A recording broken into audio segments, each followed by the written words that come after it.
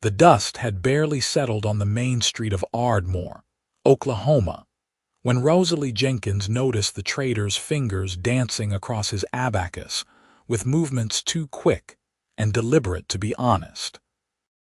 It was September of 1884, and the afternoon sun beat down mercilessly on the wooden trading post where she had just laid out 3 months' worth of carefully preserved honey jars, each one representing hours of patient work with the bees her late father had left her when he passed 2 years ago.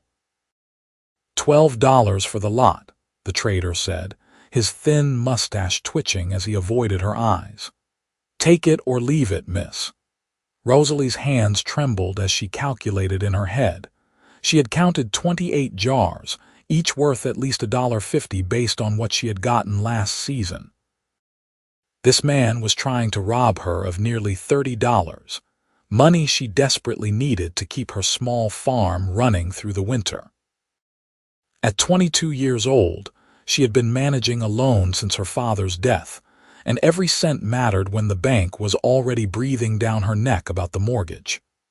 "Sir, that cannot be right," she said, keeping her voice steady even as her heart hammered.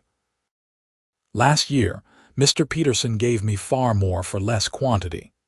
The trader leaned back in his chair, a smug expression crossing his weathered face. "Well, Mr. Peterson ain't here no more, is he? Moved to Dallas last spring. I'm the only trader in 50 miles, and my prices are my prices." "You got a problem with honest business," from his position near the feed sacks. Yates Ingram had been watching the exchange with growing anger. He had ridden into Ardmore just that morning, trailing a herd for the Rockingham Ranch about 10 miles south of town. At 26, he had been working cattle since he was 14, and he knew the value of hard work. He also knew the look of a cheat when he saw one, and this trader had that look written all over his greasy face.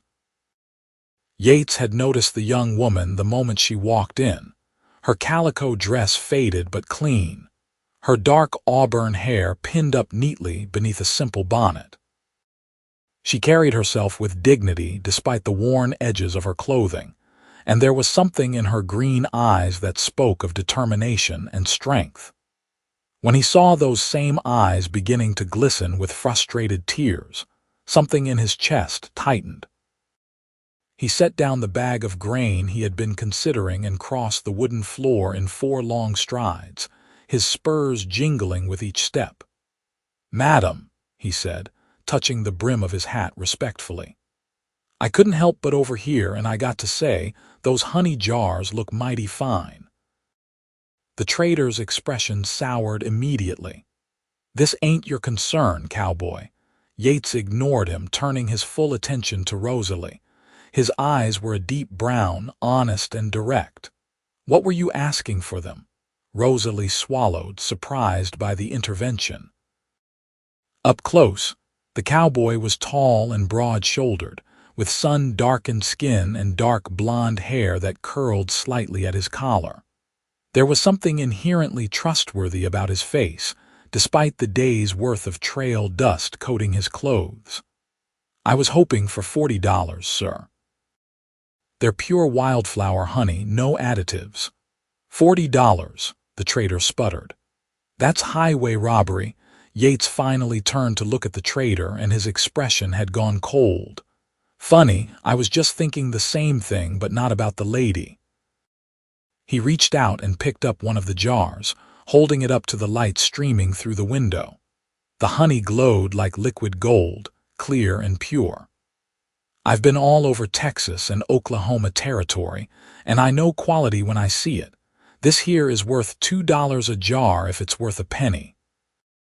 "Now you listen here. No, you listen." Yates set the jar down carefully and leaned both hands on the counter, bringing himself eye to eye with the trader. "I count 28 jars. At $2 each, that's $56. You offered her 12. That's theft, plain and simple, and I won't stand by and watch it happen."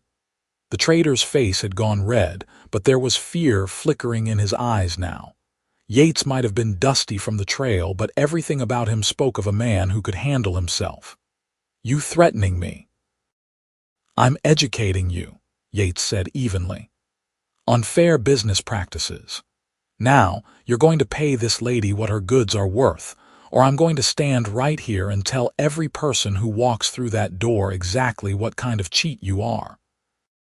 Won't be long before you don't have any customers left at all." For a long moment, the trading post was silent except for the buzzing of flies and the distant sound of horses on the street outside. Rosalie stood frozen, hardly daring to breathe. No one had ever stood up for her like this, not since her father died. The trader broke first, as Yates had known he would.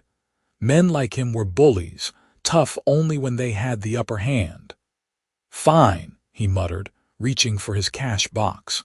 $50, and that's my final offer." 56, Yates corrected.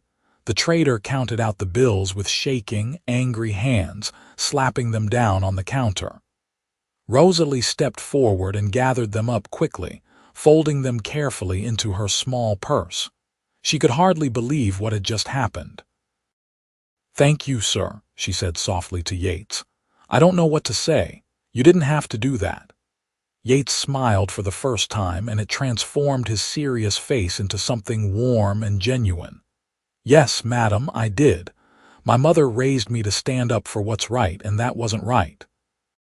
He glanced at the trader, who was already loading her jars with rough, angry movements.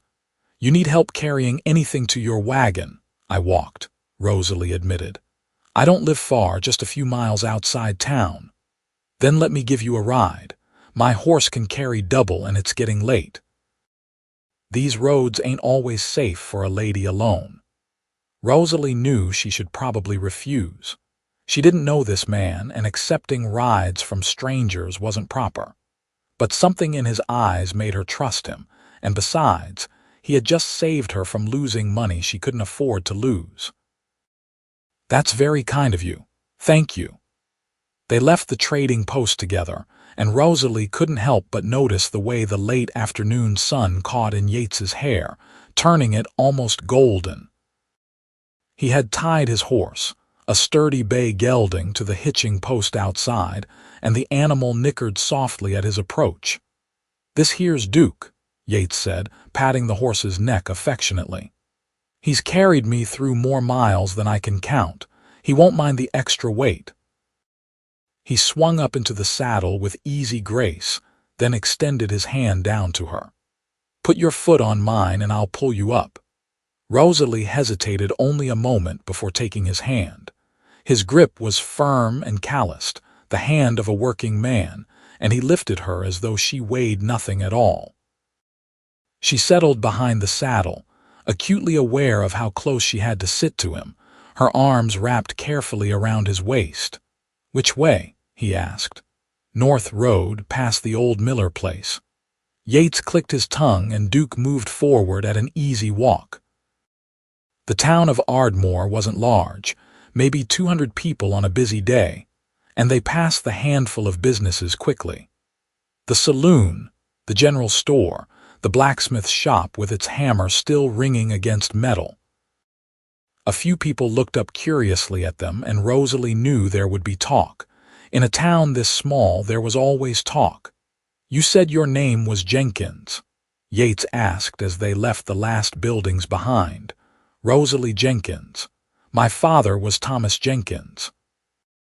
He had a farm about 3 miles from here. He died 2 years ago. Heart gave out while he was plowing the back 40. Her voice caught slightly on the words, the grief still fresh despite the time that had passed. "I've been running the place alone since then."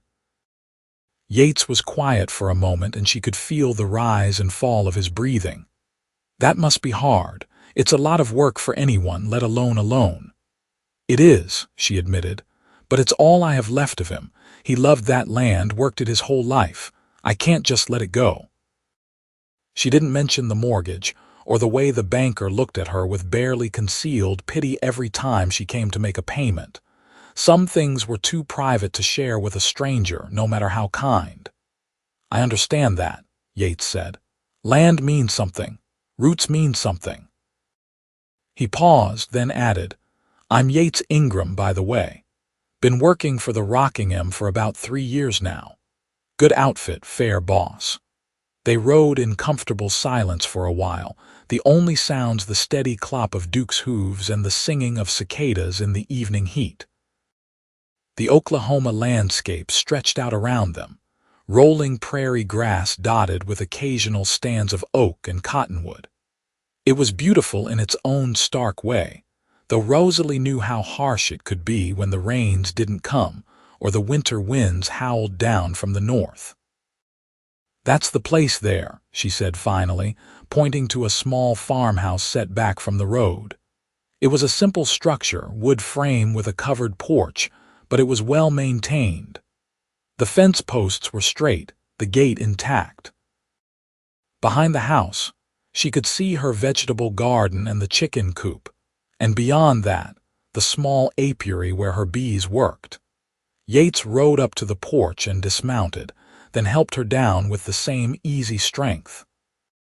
For a moment, they stood close together, and Rosalie found herself looking up into his face, noticing details she had missed before. The small scar above his left eyebrow, the laugh lines at the corners of his eyes, the genuine kindness in his expression. Thank you again, she said, stepping back reluctantly. I truly don't know what would have happened if you hadn't been there. You would have figured something out, Yates said. You strike me as the kind of woman who doesn't give up easy. He glanced around the property, taking in the tidy yard and the well-kept buildings.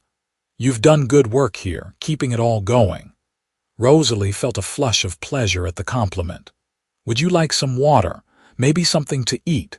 It's the least I can offer after what you did. Yates hesitated, and she could see him weighing propriety against desire. I don't want to impose. It's not imposing if I'm offering. Besides, you saved me $56 today. A meal seems a small repayment. He smiled again, that same transforming smile.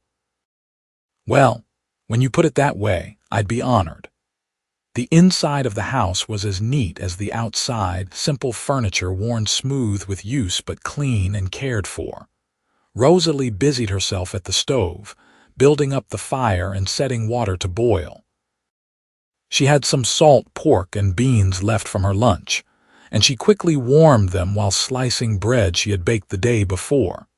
Yates sat at the small kitchen table, his hat in his hands, looking around with open curiosity.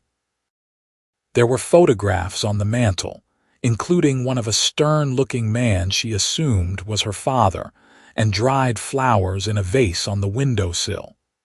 Everything spoke of someone making a home out of humble materials. You keep bees? He asked, watching her work. About 20 hives, she said, setting a plate before him. My father started with just 5, but I've been growing the operation. The honey sells well when I can get fair prices for it. She said this last part with a slight edge, thinking of the trader. That man today, Yates said, as if reading her thoughts. He'd been cheating you long. Rosalie sat down across from him with her own plate. I don't know. Today was only the second time I dealt with him. Like he said, Mr. Peterson moved away last spring. I've been selling most of my honey to families directly, but I needed to move more volume. She sighed. I have debts to pay. She hadn't meant to say that last part, and she saw understanding flash across Yates's face. He didn't press her, though, just nodded and took a bite of the beans. This is real good. Thank you. They ate in companionable silence, and Rosalie found herself studying him when she thought he wasn't looking. There was something solid about Yates Ingram, something dependable. He had the look of a man who had seen hard times but hadn't let them make him hard. When he caught her looking once, he didn't leer or make assumptions. He just smiled a little and looked away, almost shy. So you work cattle? She asked, wanting to know more about him. Most of my life, he confirmed. Started in Texas when I was just a kid. My parents had a small ranch, but we lost it in the drought of '73. After they died, I hired on where I could. Been moving around ever since, mostly following the herds. That must be lonely. Yates considered this. Sometimes. But there's freedom in it too. The sky above, good horse beneath you, work that means something. He paused. Though I'll admit, lately I've been thinking about settling down, getting a place of my own again. Something in the way he said it, looking at her as he did, made Rosalie's heart skip. She looked down at her plate, suddenly flustered. Land is expensive, she said, just to say something. It is, he agreed. But a man can save if he's careful, and some things are worth working toward. The sun was setting when Yates finally stood to leave, the sky painted in shades of orange and pink. Rosalie walked him out to where Duke waited patiently, and they stood together in the gathering twilight. "Will you be staying in Ardmore long?" she asked, hoping her voice sounded casual. "Few days at least," Yates said. "Got to help move some cattle to the auction yard, then see about some supplies." He hesitated, then added, "I'd like to call on you again if that would be all right. Make sure that Trader doesn't try anything else." Rosalie's smile was genuine and bright. "I'd like that very much."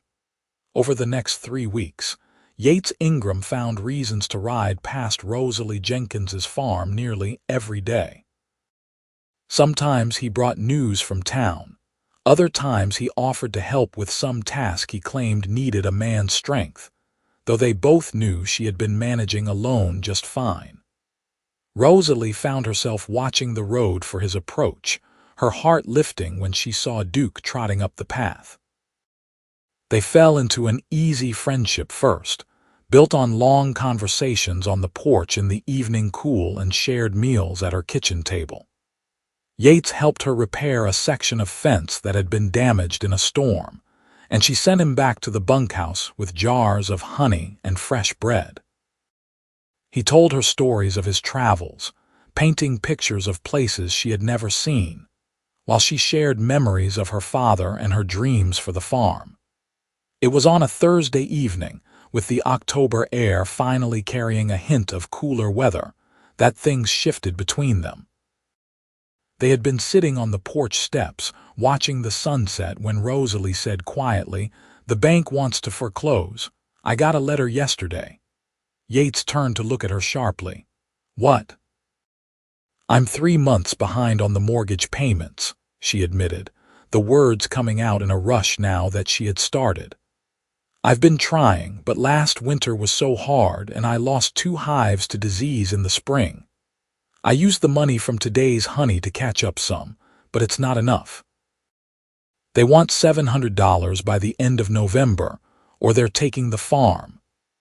The tears she had been holding back finally spilled over, and she covered her face with her hands, ashamed to be crying in front of him. But then Yates's arms were around her, pulling her close, and she found herself pressed against his chest while he murmured soothing words into her hair. "We'll figure something out," he said firmly. "You're not losing this place. I won't let it happen." "It's not your problem," Rosalie said, but she didn't pull away from his embrace. "It is if I care about you," Yates said. Then, realizing what he had admitted, he pulled back just enough to look down at her. "And I do care about you, Rosalie, more than I probably should after such a short time." She looked up at him, her face streaked with tears, and saw nothing but honesty in his eyes. "I care about you too," she whispered. He kissed her then, gentle and careful, his hands cradling her face like she was something precious. It was Rosalie's first real kiss, and it made her heart soar even as her troubles weighed heavy on her mind. When they pulled apart, Yates rested his forehead against hers. "I have some money saved," he said. "It's not $700, but it's something. Maybe 300, you can have it." "No," Rosalie said immediately, pulling back. "I can't take your savings. That's your future, your dream of your own place." "What's the point of dreams if you can't share them with someone?" Yates asked. "Besides, I've been thinking, what if we combined forces? I have money and the ability to work the land. You have the land and the knowledge. Together, we might be able to make it work. Are you asking me to marry you? Rosalie's voice came out breathless. Yates smiled, though there was nervousness in his eyes. I know it's fast. I know we've only known each other a few weeks, but I've never been more sure of anything in my life. You're strong and smart and kind, and when I'm with you, I feel like I've finally found what I've been searching for all these years. He took her hands in his. So yes, I guess I am asking. Rosalie Jenkins, will you marry me? She should have said it was too soon, that they needed more time, but when she looked at Yates, she saw her future, and it was brighter than any she had imagined alone. Yes, she said simply. Yes, I'll marry you. They were married 2 weeks later in the small church in Ardmore, with half the town in attendance despite the short notice. The ranch owner Yates worked for, a gruff man named Samuel Morrison, stood up as witness and gave Rosalie a gruff welcome to what he called decent society. The banker was also there, looking somewhat surprised when Yates counted out $300 in gold coins as a down payment on the mortgage, with a promise of the rest within the year. Rosalie wore a simple white dress that had belonged to her mother, altered to fit her slimmer frame, and carried wildflowers from her garden. Yates wore his Sunday best, his hair neatly combed and his boots polished to a shine. When the preacher pronounced them man and wife, the kiss they shared was sweet and full of promise. The celebration afterward was held at the farm, with neighbors bringing food and music. Someone had a fiddle, another a guitar, and they played while couples danced in the yard as the sun set. Yates held Rosalie close as they swayed to the music, her head resting on his shoulder. Happy, he murmured into her hair. More than I ever thought possible, she answered honestly.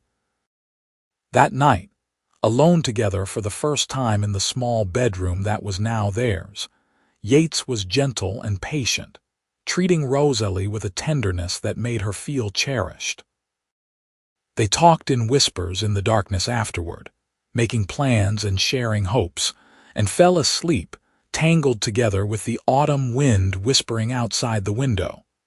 The next months were a whirlwind of hard work and adjustment. Yates continued working for the Rockingham, but he spent every spare moment improving the farm. He expanded the vegetable garden, repaired the barn roof, and helped Rosalie prepare the hives for winter. Together, they worked longer hours than either had worked alone, but somehow it felt easier with someone to share the burden. They also learned each other in the way newlyweds do. Rosalie discovered that Yates sang while he worked, old trail songs in a surprisingly good baritone, and that he had a weakness for her honey cakes. Yates learned that Rosalie talked to her bees like they were old friends, and that she could calculate figures faster in her head than most men could with pencil and paper. There were challenges, too. Money remained tight despite their combined efforts, and there were nights when they lay awake worrying about the next mortgage payment. But they faced everything together, and that made all the difference. In December, Yates made a decision. He went to Samuel Morrison and made a proposal. He would take a lower wage in exchange for the right to run his own small herd on Rockingham land. Morrison, who had been impressed by Yates's work ethic and business sense, agreed. It meant even less immediate money, but it was an investment in their future. Rosalie supported his decision completely, and in return, Yates encouraged her to expand the honey operation. In the spring, they would buy 10 more hives with the money from selling her excess honey in nearby towns, not just Ardmore. She would also start making beeswax candles to sell, adding another revenue stream. Christmas that year was simple but joyful. They couldn't afford much, but Yates carved Rosalie a beautiful wooden box for her keepsakes, and she knitted him a warm scarf for riding in the winter cold. They invited several neighbors who had nowhere else to go, and the small house was filled with laughter and warmth. On Christmas night, after their guests had left, Rosalie told Yates she was pregnant. He picked her up and spun her around, whooping with joy, then set her down carefully as if she had suddenly become fragile. "A baby," he kept saying, wonder in his voice. "We're going to have a baby." "Are you happy?" Rosalie asked, though she could see the answer in his face. "Happy doesn't even begin to cover it," Yates said, pulling her close. "You've given me everything I never knew I needed. A home, a purpose, and now a family. I'm the luckiest man alive." The winter was harsh that year, with ice storms that coated everything in frozen crystal and winds that howled like demons. But inside their small farmhouse, Yates and Rosalie were warm and content. He was fiercely protective of her now that she was carrying their child, insisting on doing the heavier work and bringing her tea when morning sickness left her pale and shaky. In February, they received word that the trader who had tried to cheat Rosalie had been run out of town after being caught weighing his scales wrong with several other customers. A new trader had taken over, a fair man named Harris, who immediately approached Rosalie about a regular supply agreement for her honey. It felt like justice, delayed but arrived. Spring came slowly, then all at once, the prairie exploding into life with wildflowers and new grass. Rosalie's belly grew round with their child, and Yates found himself constantly amazed by the miracle of it. He would put his hand on her stomach and feel the baby kick, and each time it made him emotional. "You think it's a boy or a girl?" he asked one evening as they sat on the porch watching the sunset, his hand resting on her belly. "Does it matter?" Rosalie asked, covering his hand with her own. "Not even a little bit," Yates said. "Healthy is all I care about. Healthy baby, healthy mama." The baby came on a hot July night, arriving quickly for a first child. The midwife barely had time to arrive before Rosalie was pushing, and Yates held her hand through it all, murmuring encouragement and wiping her brow with a cool cloth. When the baby's cry finally filled the room, strong and healthy, tears streamed down his face. "It's a boy," the midwife announced, placing the squalling infant in Rosalie's arms. They named him Thomas Yates Ingram, after Rosalie's father, and from the moment he was born, he had his parents wrapped around his tiny fingers. He had Yates's dark eyes and Rosalie's auburn hair, and he was perfect in every way. The arrival of Thomas seemed to mark a turning point in their fortunes. The small herd Yates had been building on the rocking land had thrived, and at the fall auction, he made enough to pay off another substantial chunk of the mortgage. Rosalie's honey operation had expanded successfully, and she now supplied 3 stores in addition to her private customers. On their first wedding anniversary, they sat on the porch with baby Thomas sleeping in Rosalie's arms and tallied up their finances. They weren't rich by any means, but they were stable. The farm was secure, the bank satisfied with their payments. They had food in the cellar, livestock in the barn, and money put aside for the future. "I remember sitting right here a year ago," Rosalie said softly, "wondering if I was going to lose everything. I was so scared." Yates put his arm around her shoulders, careful not to wake the baby. "And then a handsome cowboy rode into your life and saved the day." She laughed, poking him in the ribs. "Your modesty is overwhelming." "Hey, you're the one who married me," he protested with a grin. "Must have seen something worthwhile." "I saw everything worthwhile," Rosalie said, her voice turning serious. "You gave me hope when I had none left. You stood up for me when no one else would. You loved me when I felt unlovable." Yates kissed her temple, his arm tightening around her. "You were never unlovable. You were just waiting for the right man to see how incredible you are." They sat in comfortable silence as the sun set, painting the Oklahoma sky in brilliant colors.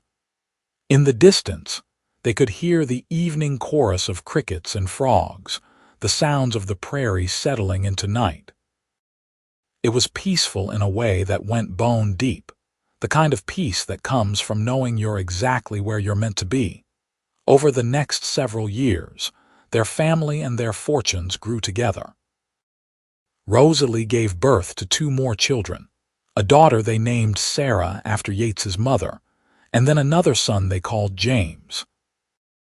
The farmhouse had to be expanded to accommodate the growing family, and Yates built on 2 more bedrooms with his own hands, working through the winter months when ranch work was slower. The honey operation became renowned throughout the region. Rosalie's wildflower honey won a blue ribbon at the Oklahoma Territorial Fair in 1887, and suddenly she had orders from as far away as Kansas City. She hired 2 local women to help with bottling and packaging, providing much-needed income to their families. Yates's cattle operation grew as well. Samuel Morrison, impressed by his success, had offered him a junior partnership in the Rockingham, which Yates accepted on the condition that he could maintain the farm as well. It meant long hours and hard work, but Yates thrived on it. He had everything he had ever dreamed of and more. The farm itself transformed under their joint care. What had been a struggling small holding became a prosperous enterprise. They added a new barn, upgraded the apiary facilities, and even installed a windmill for better water access. The vegetable garden that fed the family now produced enough surplus to sell, and Rosalie's reputation as an excellent cook meant her preserves and baked goods were always in demand. But more than the financial success, it was the life they built together that mattered most. Their home was filled with laughter and love, with the sound of children playing and the daily rhythms of a working farm. Neighbors knew they were always welcome at the Ingram table, and many a drifter or person down on their luck found a hot meal and a kind word at their door. Thomas, as he grew, showed an aptitude for working with animals like his father. He would trail after Yates whenever possible, his small legs working hard to keep up with his father's long strides. Sarah, their middle child, had inherited her mother's analytical mind and spent hours helping Rosalie with the bees, showing no fear of the insects that intimidated so many. Little James was still finding his way, but he had a sunny disposition that won everyone's heart. On evenings when the work was done and the children were in bed, Yates and Rosalie would sit together on the porch, just as they had on that first evening so long ago. Sometimes they talked, discussing plans and dreams, problems and solutions. Other times they sat in comfortable silence, holding hands and watching the stars come out over the prairie. "You ever think about that day in the trading post?" Rosalie asked one such evening. It was late summer of 1889, 5 years since that fateful afternoon. "Sometimes," Yates admitted. "Best day of my life, looking back. If I hadn't walked into that store at just that moment, if I hadn't heard what was happening, I might have missed meeting you entirely." "I think about it too," Rosalie said. "I was so close to giving up. One more thing going wrong, one more setback, and I think I would have just let the bank take the farm. I didn't have the strength to keep fighting alone." Yates raised her hand to his lips and kissed it. "Good thing you didn't have to. Good thing we found each other." "You think it was fate?" she asked. "I think it was luck and timing and maybe a little bit of divine intervention," Yates said. "But mostly, I think it was 2 people who were meant to be together finding each other against the odds. You needed someone to stand up for you that day, and I needed someone to stand beside for the rest of my life." In 1890, they finally made the last payment on the farm's mortgage. The banker, who had once looked at Rosalie with pity, now regarded the couple with respect and offered them a loan to buy adjacent land that had come up for sale. After careful consideration, they took the loan, confident in their ability to manage it. The additional 80 acres allowed them to expand both the cattle operation and the honey production significantly. The farm became known throughout the region as the Ingram Place, and their honey as the finest money could buy. Yates's reputation as a cattleman grew as well, and he became a sought-after consultant on herd management and breeding. But no matter how busy they became, they always made time for each other and for their children. The children grew strong and capable under their parents' loving guidance. Thomas, at 10 years old, could already rope and ride better than many grown men. Sarah, at 8, could manage the beehives with skill that amazed customers. James, at 6, showed early signs of inheriting both parents' business sense, always asking questions about money and trade. They enrolled the children in the school that had been built in Ardmore, wanting them to have the education that would open doors. But they also taught them the value of hard work and honest dealing, lessons learned in the fields and the barn as much as in books.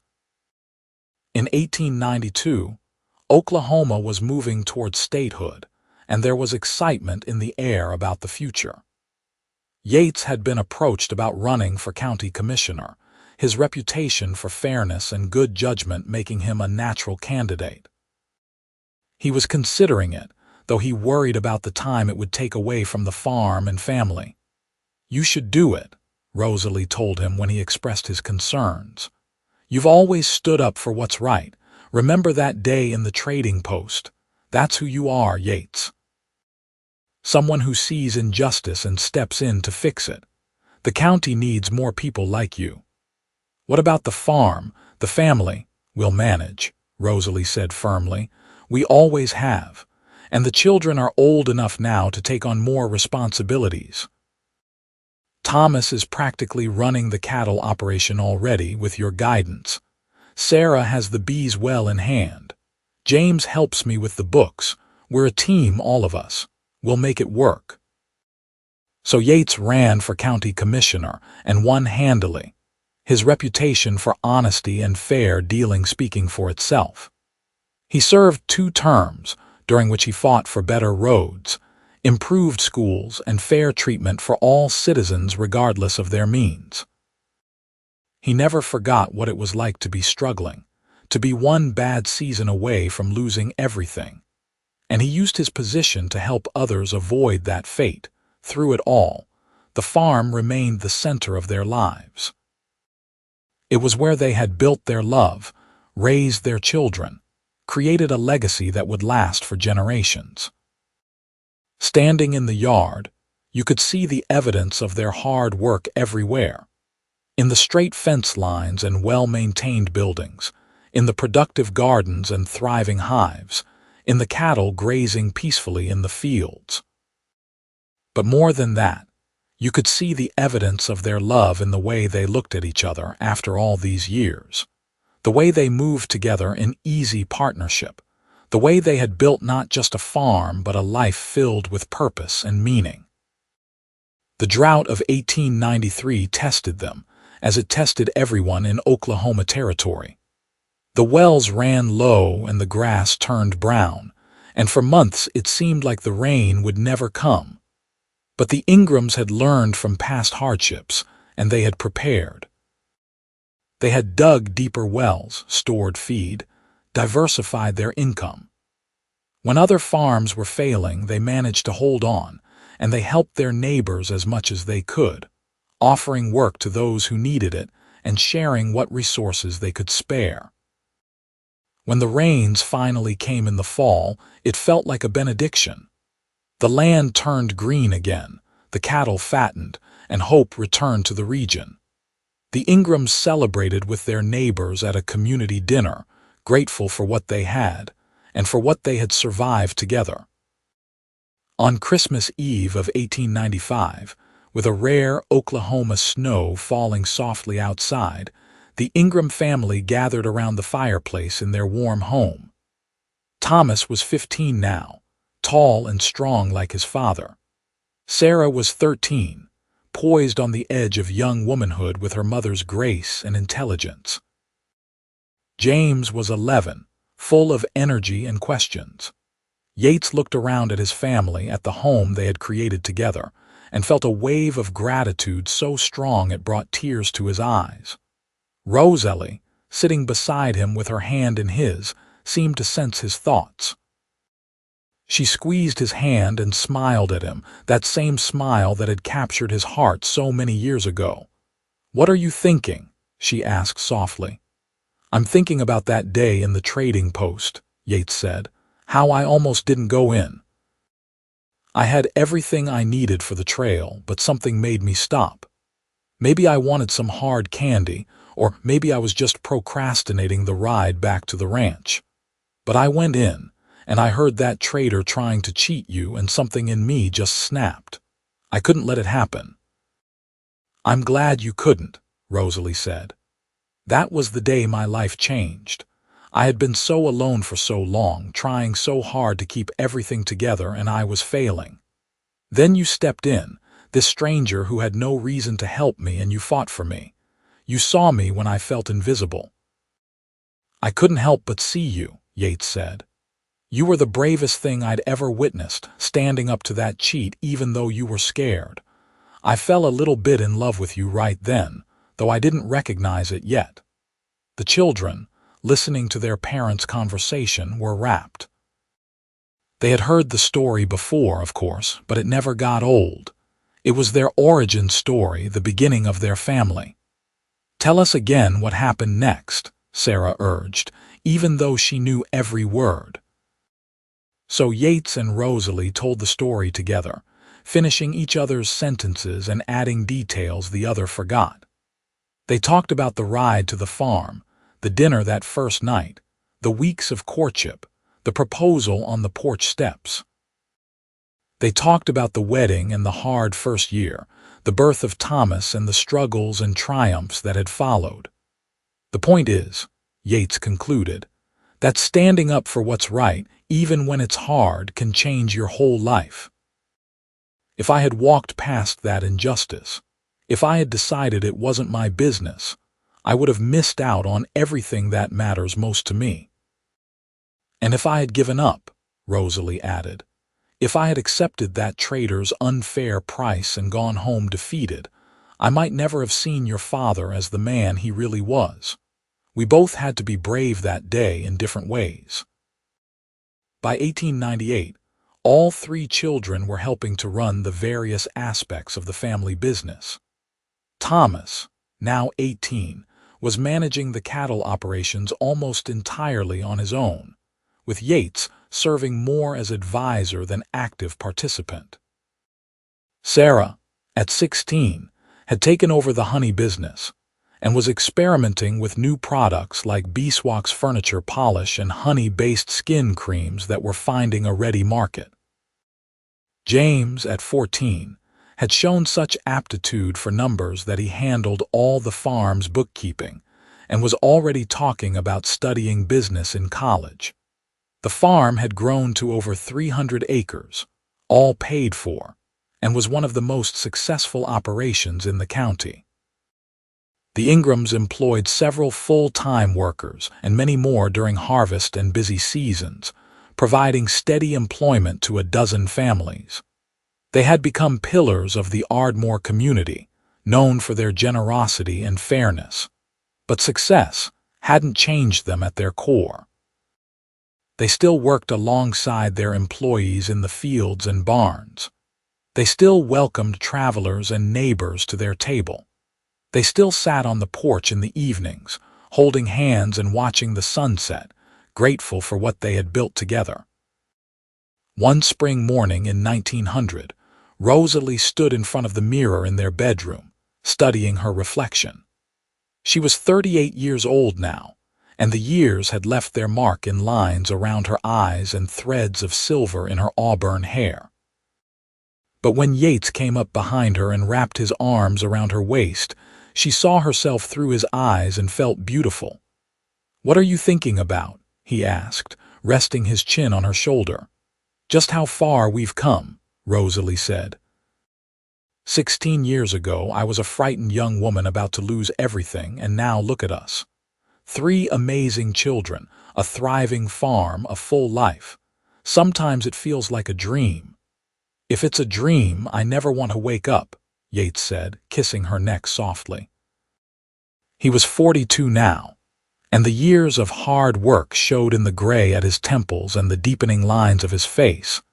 But he was still the strong, steady man who had stepped in to defend her all those years ago. That same week, Thomas announced that he wanted to marry Emily Morrison, the daughter of Yates's old boss Samuel. The two families had grown close over the years, and no one was surprised by the match. The wedding was planned for the fall, and there was excitement in preparing for it. "I remember planning our wedding," Rosalie said to Yates one evening. "It was so rushed, so simple. I wore my mother's dress and we had wildflowers from the garden." "It was perfect," Yates said firmly. "I wouldn't change a single thing about that day." "Neither would I," Rosalie agreed. "But I'm glad Thomas and Emily can have a bigger celebration, take their time to plan. They have advantages we didn't have, and that's how it should be. Each generation should have it a little easier than the last." Thomas and Emily's wedding was indeed a grand affair by Ardmore standards, held in the church with a reception at the Ingram farm. The whole county seemed to turn out for it, a testament to the respect and affection the community had for both families. Watching his son take his vows, Yates found himself emotional, remembering his own wedding day and all that had come after. "He's going to be fine," Rosalie whispered, taking his hand. "We raised him right." "We did," Yates agreed. "All of them." 2 years later, Sarah announced her engagement to a young doctor who had recently opened a practice in Ardmore.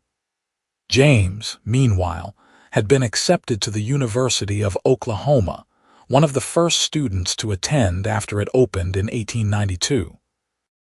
The Ingram children were launching into their own lives, carrying with them the values and lessons their parents had instilled. It was bittersweet, watching them grow up and move on, but Yates and Rosalie were proud beyond measure.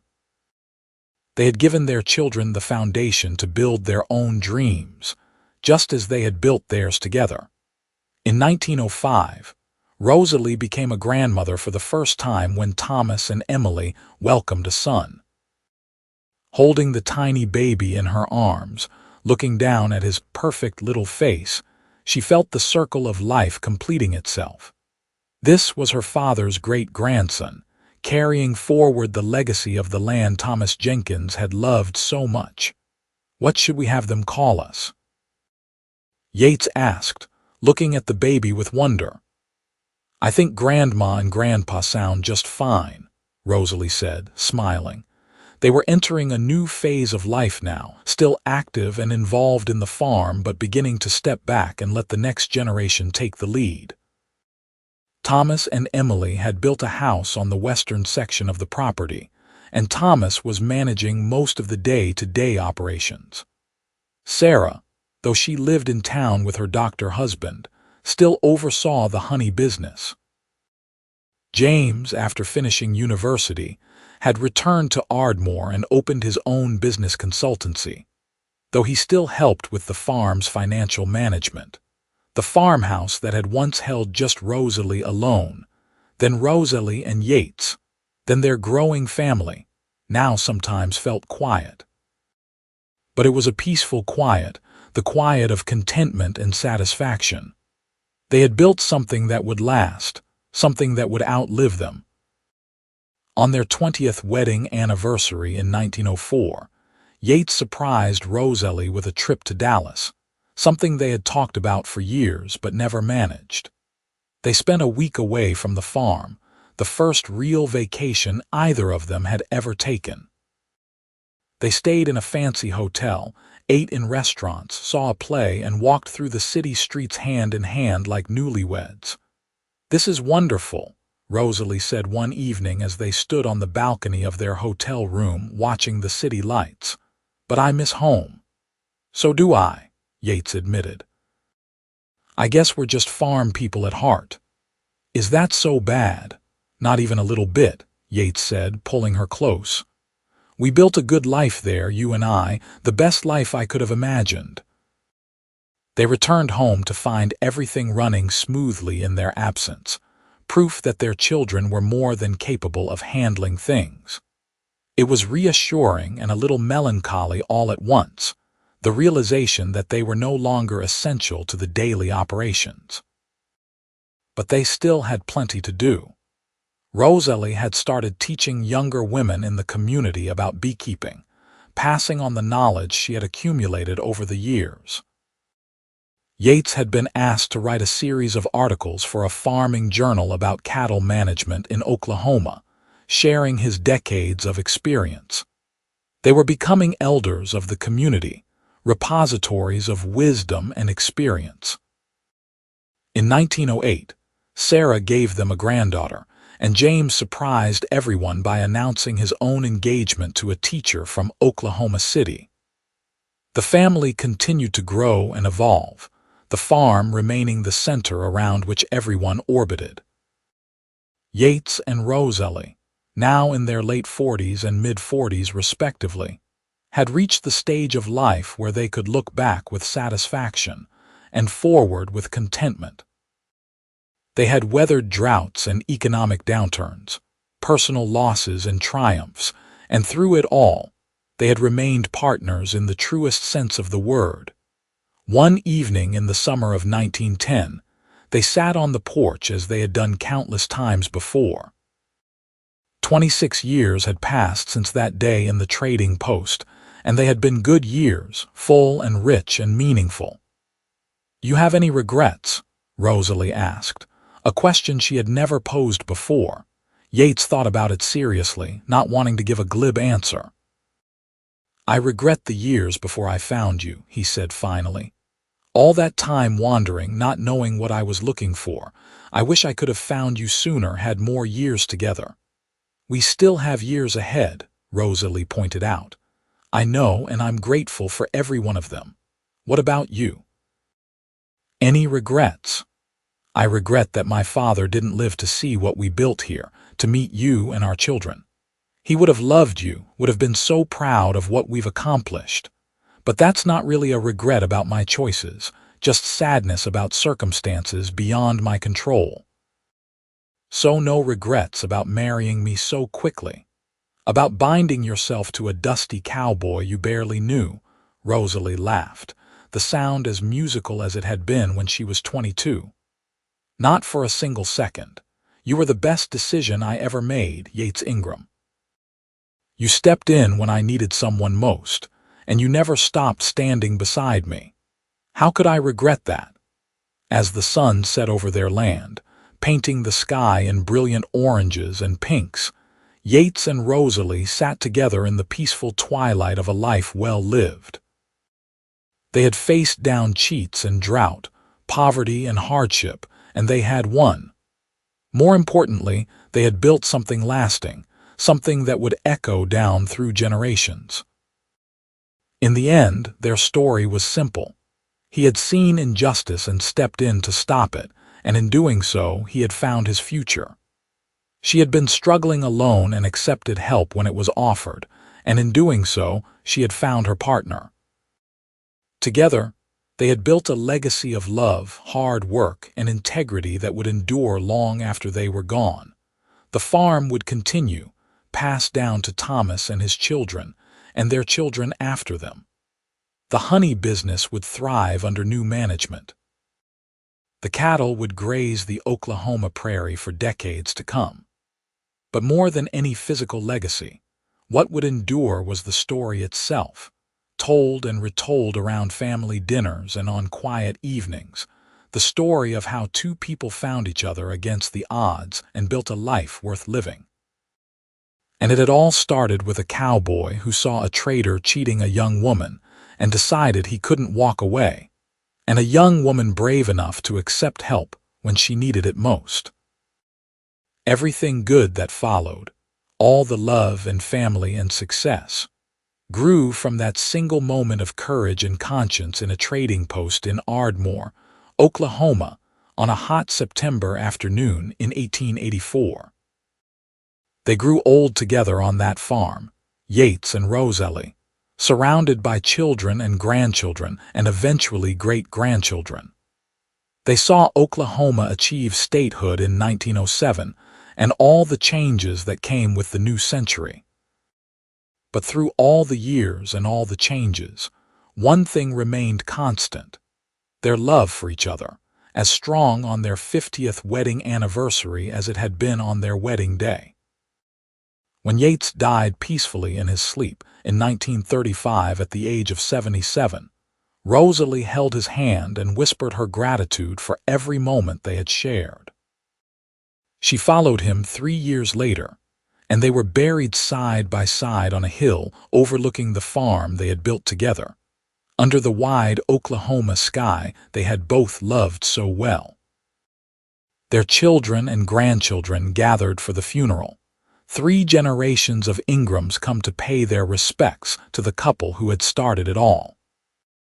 As they stood around the graves, someone began telling the story of how Yates and Rosalie met, and others joined in, adding details and favorite moments. It was a story that would be told for generations to come, a reminder that standing up for what is right and opening your heart to love can change not just your life, but the lives of everyone who comes after.